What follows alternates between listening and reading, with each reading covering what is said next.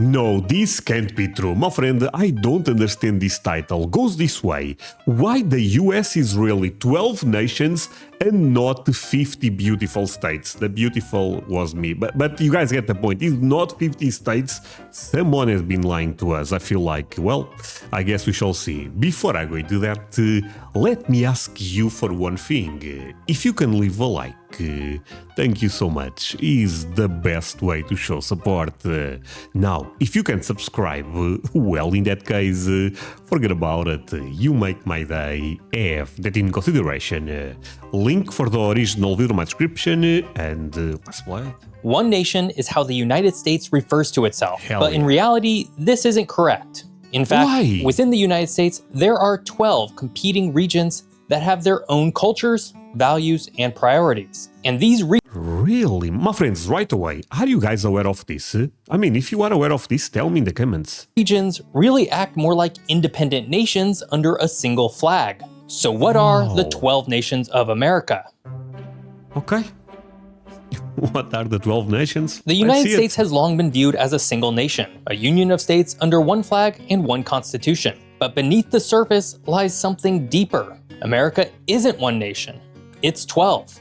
I'm not the first person to notice this either. Journalist Colin Woodard originally proposed 11 American nations in his book, American Nations. But what I've done is expanded his nations to reflect two major changes: the inclusion of Hawaii as its own unique nation, and the Okay. creation of a Spanish Caribbean nation that includes both southern Florida and Puerto Rico, both areas that are distinct from the nearby regions. So with that said, let's get to the nations. If you were to look at a cultural map of the United States, you'd see something very different from the one you learned in school. Instead of state lines, you'd see Cultural regions of the US.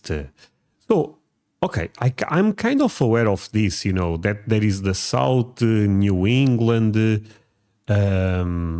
but it's not 12 nations. 12 fluid, overlapping territories stretching across traditional borders and sometimes even national ones. But for this video, we're going to focus just on the nations within the United States, starting in the Northeast. Rooted in New England and stretching into upstate New York, Michigan, Wisconsin, and parts of Minnesota is the nation of Yankeedom. On a map, it hugs the northeastern What? part of the US and Wait, Hunky Dome? most of the Great Lakes. Centered around New York City and parts of northern New Jersey and the Hudson Valley is the nation of New Netherlands. Moving south in central Pennsylvania We have Netherlands in Europe. Okay, that's a country. and heading westward across Ohio, Indiana, Illinois, and parts of Iowa and Missouri is the Midlands, found along the Chesapeake Bay in eastern Virginia. Wait, but that small thing... Okay, we go back. The New Netherlands... that small thing... You guys consider this a nation, but I need a better explanation. Parts of Iowa and Missouri is the Midlands, found along the Chesapeake Midlands. Bay Well, kinda goes with the logic of the Midwest, right? in eastern Virginia and parts of Maryland and North Carolina is the nation of Tidewater. It resembles the remnant of old colonies along the Atlantic. West of Okay. Tidewater is Greater Appalachia, a broad, rugged band that stretches from the hills of western Pennsylvania down through Greater Appalachia. Wait, but the Appalachian Mountains don't go into Texas. Right, my friends? Oh, this is fascinating. Okay. West Virginia, eastern Kentucky, and Tennessee, into Arkansas and parts of Texas. Moving south once more and dominating much of Mississippi, The Alabama, South. Georgia, South Carolina, and parts of Louisiana and Texas is the Deep South. Deep in the South, far okay. south and consisting of southern Well, to be fair, a lot of you guys already call this the Deep South, right, my friends? Alabama is Deep South, Louisiana is Deep South, Mississippi is Deep South. So I think a lot of names here are already in use, if that makes sense. Louisiana and Texas is the Deep South. In the far Oh, I south love the and South. consisting of southern Florida, especially Miami, and Puerto Rico is the Spanish Caribbean nation. Tucked in between the Gulf of Okay. Mexico and the Deep South nation is the nation of See, I don't understand the Puerto Rico thing, because Puerto Rico is not a state, right? But let's say for some reason, this makes no sense, but let's say China invites Puerto Rico. America have the obligation to defend Puerto Rico? or because I know there is some type of connection between America and Puerto Rico, but I don't understand how deep. Of New France. Moving westward, spanning... Wait, if there is no New Portugal, I will be mad. New France, okay. Next will be New Spain, and now we will have New Portugal. Oh, I'm liking this. From Southern California and Arizona across New Mexico and into West Texas is the nation of El Norte. North of El Norte and El Norte? This means the north. That's Spanish. But this is in the south. What is going... I mean, it's in the north of Mexico, if you think about. But... okay, so my friends, I'm pausing too much, but these type of videos, they are so interesting. Leave a like if you don't mind me pausing, my friend, because there is always people going mad in the comments. Covering a vast swath of interior California, Nevada, Utah, Arizona, Montana, Idaho, Wyoming, parts of western Texas and the Dakotas, and much of mainland Alaska. I'm gonna guess the name. The Cowboys. Is the far west nation. In the far north and west is the left coast, a narrow but powerful strip along the Pacific, stretching from the San Francisco Bay Area up through Portland and Seattle and into the Alaska archipelago. And finally, thousands of miles away from the mainland is the nation of Hawaii.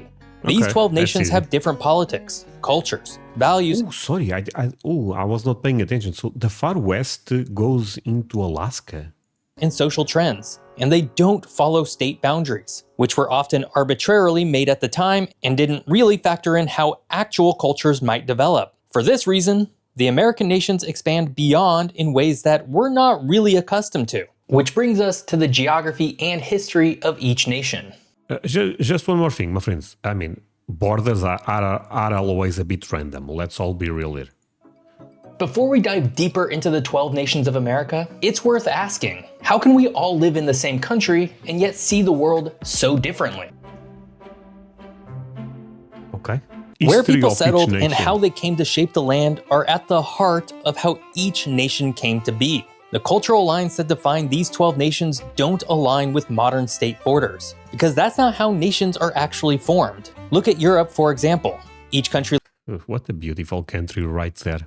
Yeah, it's a small one, but and size does not matter either way, my friends. My wife tells me this and I believe it. And Portugal is a great example of that. What a beautiful country. Spain, we can ignore that. Looks organic rather than the artificial straight lines that make up the individual states. This is because they follow linguistic and cultural borders that were formed over hundreds of years. Because of this, each nation in the United States similarly grew from a distinct historic root, which was influenced by its surrounding landscape. Here's how the geography and history shaped each nation. Yankeedom emerged from the Puritan colonies of New England. Settlers arrived seeking a religious utopia and quickly organized around towns, churches, and schools. The geography, rocky soil, dense forests, and harsh winters wasn't ideal for large plantations, but perfect for close-knit, self-sufficient communities. This created a legacy of town halls, universities, and civic institutions that still defines the region today, even as... You know what, my friends, this region of America, real talk, is so beautiful. I love to... Every time I react to Michigan, I'm so impressed. When I see Vermont in the fall, oh wow, it's so beautiful. The state of New York is also incredible. This, I mean, of course, all the other states here, but this region is really beautiful. I wonder if I have anyone that lives in the Yankeedom. First time I'm saying this, but yeah. As far west as the state of Minnesota. Meanwhile, New Netherlands was originally founded by the Dutch as a commercial trading post and grew in the sheltered natural harbor around modern-day New York City. Because of its unique geography, New Netherlands encouraged maritime trade, immigration, and urban density. The Dutch legacy of religious tolerance, multiculturalism, and commerce remains central to its character today. And then there's the Midlands, with its rolling hills, fertile farmland, and navigable rivers. The Midlands were settled by English Quakers and German immigrants who envisioned a pluralistic, agrarian, middle-class society, primarily focused on the colony of Pennsylvania, but encompassing places as far west as Missouri and Iowa. Its geography... You know what's crazy? Some people believe that the Midwest is the most important region in America. And there is a lot of arguments for that. I mean, corn, we kind of joke, but it's a big business. Corn, soy... It lent itself to family farms, and its central location helped it evolve into the political swing region of the United States. Tidewater developed along the Chesapeake Bay. So when he says the political swing region means that sometimes Republicans win, sometimes Democrats win. Fair? Political swing region of the United States. Tidewater developed along the Chesapeake Bay and eastern North Carolina. Its wide, navigable rivers and access to the Atlantic made it ideal for plantation agriculture and transatlantic trade. This region was settled by English gentry, and its flat coastal plains supported a hierarchical society based on tobacco, enslavement, and exporting agriculture for wealth. The rugged Appalachian Mountains, of course, define Greater Appalachia. This nation is isolated and heavily forested in the east, but rich in natural resources. Originally settled by Scot-Irish frontiersmen, Greater Appalachia developed a fiercely independent culture shaped by subsistence farming and clan loyalty. The mountains both... Well, friends, from what I understand right now, the Appalachia that we know is not a very rich region, right? I think it's fair to say, probably there is exceptions, but back in the day with coal and other type of business, this region was super important to America in terms of economic rights. Wow, this is interesting. Both isolated the region and protected its traditions. This rough and tough rural... And sorry, I actually believe it's one of the most beautiful regions in America. I mean, the West Virginia, places like that are so beautiful, my friends. Isolated the region and protected its traditions. This rough and tough rural mentality extended as far west as northern Texas. Formed by slaveholding elites in the South, the Deep South's flat, humid coastal plains and river deltas were perfect for cotton and sugar plantations. This geography enabled a brutal plantation economy supported by enslavement, which in turn gave it its distinct African-American culture today. Its So, my friends, I understand this is a sensitive topic, and a lot of Americans probably don't even like to talk about this. But the slaves and all states had slaves, or was more the southern states? Because I never understood that well. For example, if you go to Montana, slaves there or no? Talking about this time, of course. Original aristocratic culture, racial caste system, and economic inequality can be traced back to this colonial foundation. Southern Florida and Puerto Rico form the Spanish Caribbean nation. This region is tropical, coastal, and deeply influenced by Caribbean migration and trade, and the Spanish language. Spanish colonial roots, Catholicism, and African Caribbean cultural influences are strong here, especially in cities like Miami and San Juan. This geography makes it the prime gateway between the US and Latin America. New France is tucked geographically at the mouth of the Mississippi, making it unusually small, but united by its French heritage. The Mississippi River and bayous enabled trade and settlement by the French and later Creoles. Because of this historic settlement pattern, Catholicism, language, and cuisine make it distinct from the Deep South, spanning... Okay, so actually, wow, okay. So actually New Orleans, that is in Louisiana, is part of New France. Well, there is a lot of French influence there, so you know what? This guy is making great points. Deserts, mountains, and the fertile valleys from Southern California to Texas and into Southern Colorado is El Norte. Because of its geographic location, the Spanish were actually the first Europeans here, establishing missions, presidios, and ranches long before English settlers arrived on the East Coast. Its borderland identity is shaped by bilingualism, Catholicism, and resilience to an overwhelmingly arid environment. Dominated by the Rocky Mountains, the Great Basin deserts, and Arctic tundras of Alaska, the Far West was the last American region to be settled in large numbers. Its harsh environment required massive government infrastructure, from dams and railroads to military bases and eventual airports, to support human settlements. Even today, it's a land of low population and high federal presence because the federal government actually owns most of its land. The left coast is where rugged mountains meet the mighty Pacific Ocean and encompass the coastal areas of Northern California, Oregon, Washington, and the Alaskan Panhandle. Man, this coast is so beautiful. You have Washington, Oregon, and California. Then every time I see videos about Oregon, blows my mind.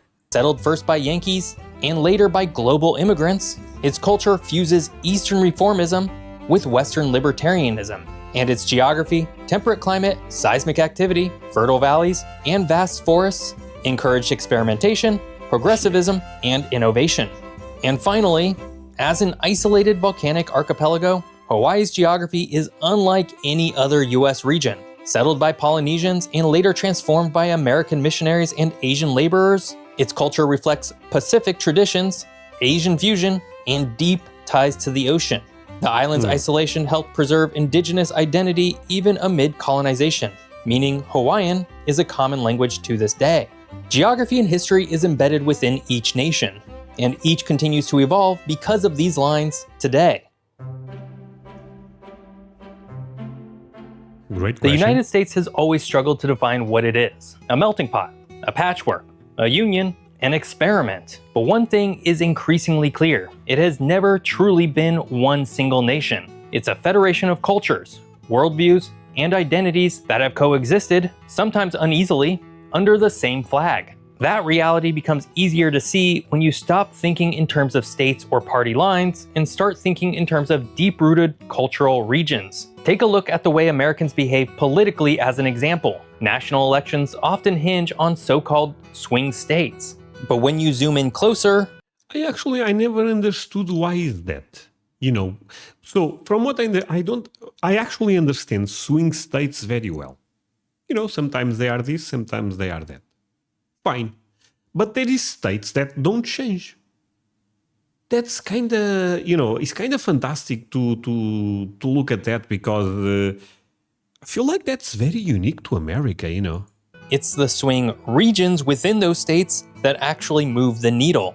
The blue cities of Yankeedom clash with the red rural counties of Greater Appalachia, sometimes within the same state. Southern Florida historically voted nothing like the Florida Panhandle, though that trend has changed recently due to shifting.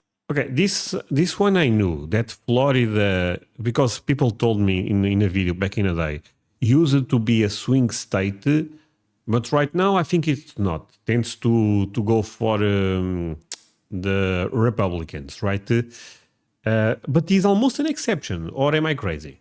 Political ideologies of Cuban migrants and a growing retiree population. And far northern California has little in common with Los Angeles. It's this cultural geography that tells the real story. These nations are not based on modern trends or media bubbles. They're grounded in centuries of history, and these differences aren't superficial either. They explain why Americans often seem to be speaking past each other, locked in a cultural Cold War.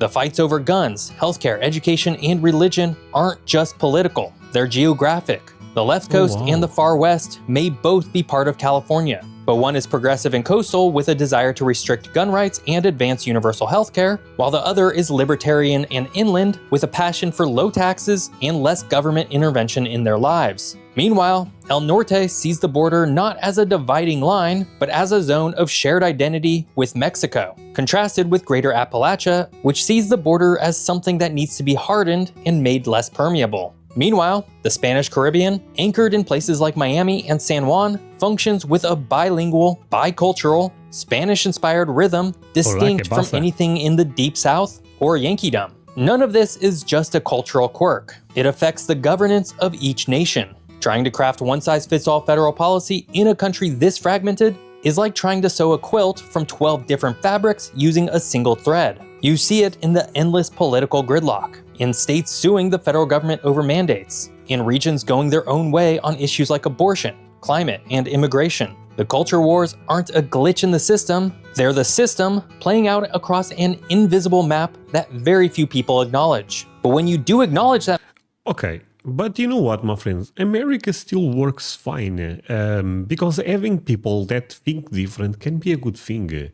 I understand that this probably creates a lot of tension from time to time, but the idea of the United States is still amazing, Am I crazy, my friend? I say am I crazy a lot because I'm always insecure about this type of topics since I never went to America. But looking from outside, I don't know, America still seems an incredible country. that map and see the United States as these 12 nations, it explains so much. It explains But this guy made really good points, at least to me. why San Francisco, California and Los Angeles, California look and feel so different, or why New Orleans, Louisiana is so different from Mobile, Alabama, despite their geographic proximity. It explains why some states feel like they're being governed by outsiders. It also explains why unity is hard and why division comes so easily. Well, but I actually believe Americans here have a great thing. I believe that's in the Constitution, actually, that states have a lot of power, you know. So Texas does not have to follow the same rules as California, or California does not have to follow the same rules as Montana, you know. And I think that that's a good thing, because inside of your country, you can decide the state that, you know, follows your beliefs a bit more. You know what I'm trying to say? For example, I think this is a big problem in a lot of European countries, because the idea that you guys are divided by states does not happen here. That there is exceptions, actually, but most countries, if you don't like the law in your country, you are basically not the law. Sorry, what I mean is, if you disagree with certain cultural topics, there is nowhere to go apart from other country. In America, you can still find a state that matches more or less with your beliefs. Did I make sense? Did I make sense, my friends? The idea of the United States as a single people has always been more aspiration than reality. What holds the country together isn't shared culture, but shared infrastructure, roads, currency, federal programs, a military. But culturally and politically, the US operates more like a loosely bound confederation, not red and blue, but a mosaic of nations that coexist, cooperate, compete, and sometimes clash. Well, but it's so damn big. Of course, it will be difficult to have everyone agreeing with, let's say, politics, you know. Understanding the country through this lens doesn't solve the problems, but it at least makes them less intimidating. In fact, it offers a way to reframe political conflict not as irrational partisanship, but as the natural friction between fundamentally different regional identities. And so, with all that said, if these nations did actually exist, what would they look like today? Which would be most populous, and which would be the wealthiest? Okay, what? The 12... Okay.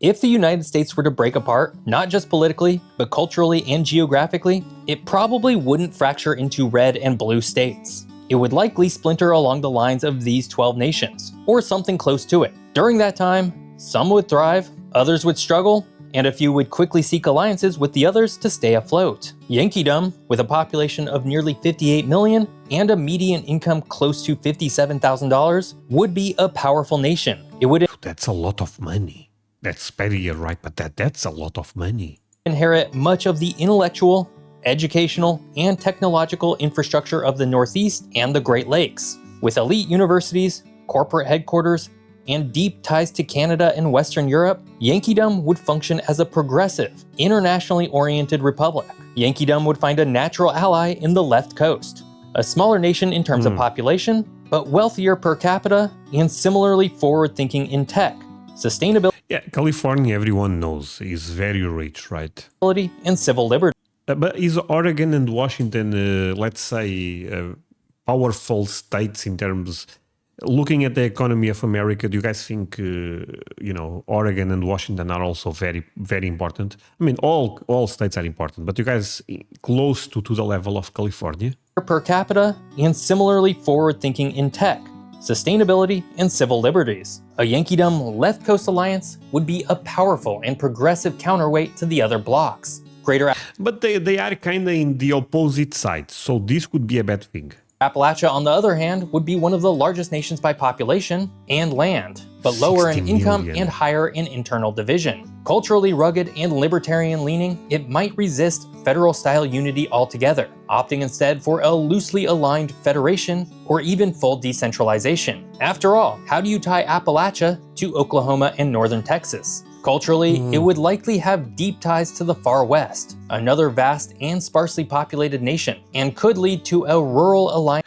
Wait, but Texas have a lot of money. I mean, look at how much they make with oil. It's kind of crazy. So I understand that this region may be struggling a bit more, But I don't think this is as black as white. Of course, we are looking at the map, knowing what we know today. But if those regions are real, even the infrastructure will be a bit different,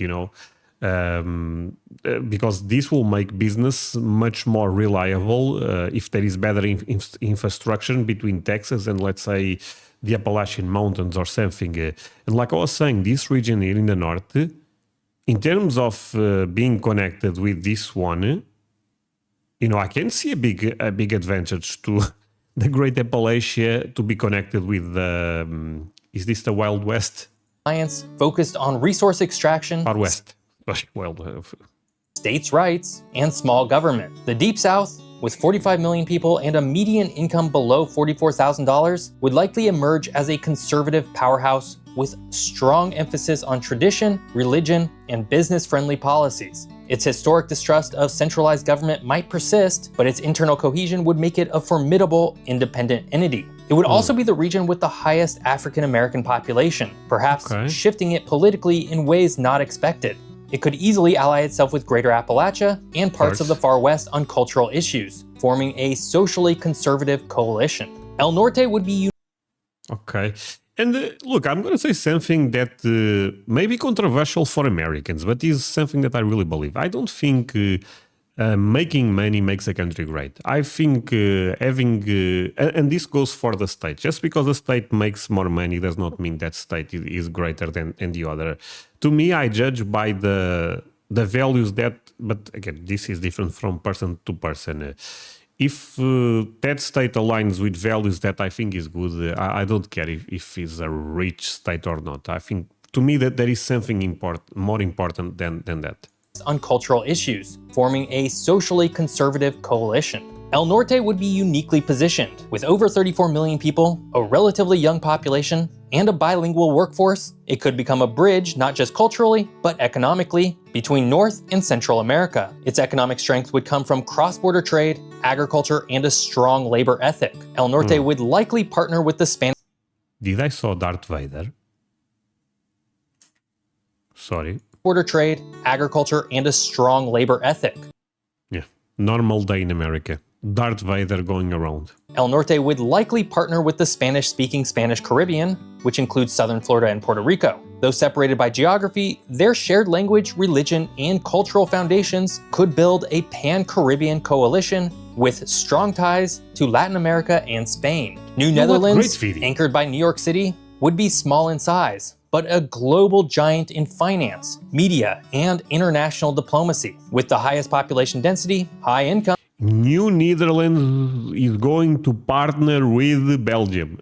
Sorry, my jokes are, European jokes are the worst, actually. And global reach, it would likely function more like a city-state such as Singapore. It would also have close ties to Yankeedom, though due to its status as a global center for finance and trade, it may wish to remain politically neutral overall. Speaking of smaller nations, Tidewater, with a relatively small and aging population, might find itself squeezed between the ambitions of its neighbors. Historically aristocratic and now a region of retirees, it might depend on alliances with either the Deep South or New Netherlands for economic and political stability. The Midlands, straddling the cultural middle, would face a hard choice. Politically moderate with about 37 million people and middling income, it could swing either way, joining the Yankeedom Left Coast Progressive Coalition or partnering with the Deep South or Greater Appalachia for pragmatic reasons. Its fate might hinge on leadership and external pressure. Of all regions, the Midlands are the most likely to I'm gonna say it. Beautiful America strikes again. swing between the different nations. New France, with only about 3 million people, might also struggle to see where it fits in. New France would likely align with the Deep South, though culturally it stands apart in language, cuisine, and worldview. Of all nations, New France would leave the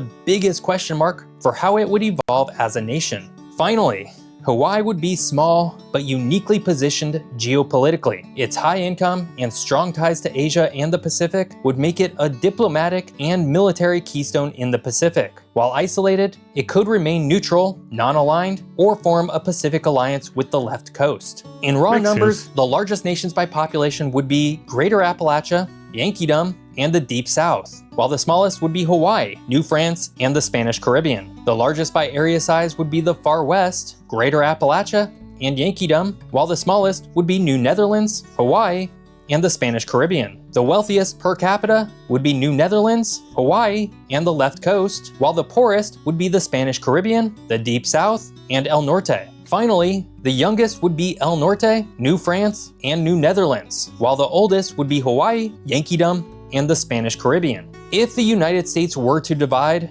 it wouldn't do so evenly. Power would consolidate around urban cores, ports, and cultural hubs, just like it does with every nation. Border regions might become flashpoints or bridges. Long simmering tensions could ignite or be resolved. But what's clear is this: a split United States wouldn't just be 50 smaller pieces. It would more likely become 12 vastly different nations, each. And you know what's crazy? Even if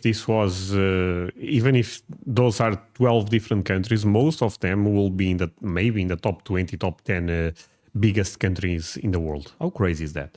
With its own priorities, challenges, and sense of identity. Damn, but this one, the Wild West, the Old West, this is massive. This is, Texas is the size of France, is 18 times bigger than Portugal. I'm not proud of that, but there is nothing I can do at this point. Yeah, this is, wow. And in some ways, it already is. The US is a single country, of course, but culturally, it is broken up into different nations. And honestly, you can say the same for basically every country that exists today. No, this is fair. For example, the north of Portugal, in terms of culture, is quite different than the south. And we are talking about a really, really small country. So I can only imagine in America, it's probably, the culture shocks inside of America are huge. Speaking of different countries, this week I'm exploring the ancient ruins of the Khmer Empire's capital city, Angkor. So if that sounds interesting to you, come join me over on my other channel. I hope you enjoy. Okay, my friends, 15 incredible geographic facts about the US. Oh boy. Should I watch this one? Actually, leave me the number 15 if I should watch that one. I really like this type of videos, my friends. If you guys also like this type of videos, leave a like and leave the number 15. That said, thank you so much for watching this with me. Really means a lot. See you guys in the next one. Bye, my friends.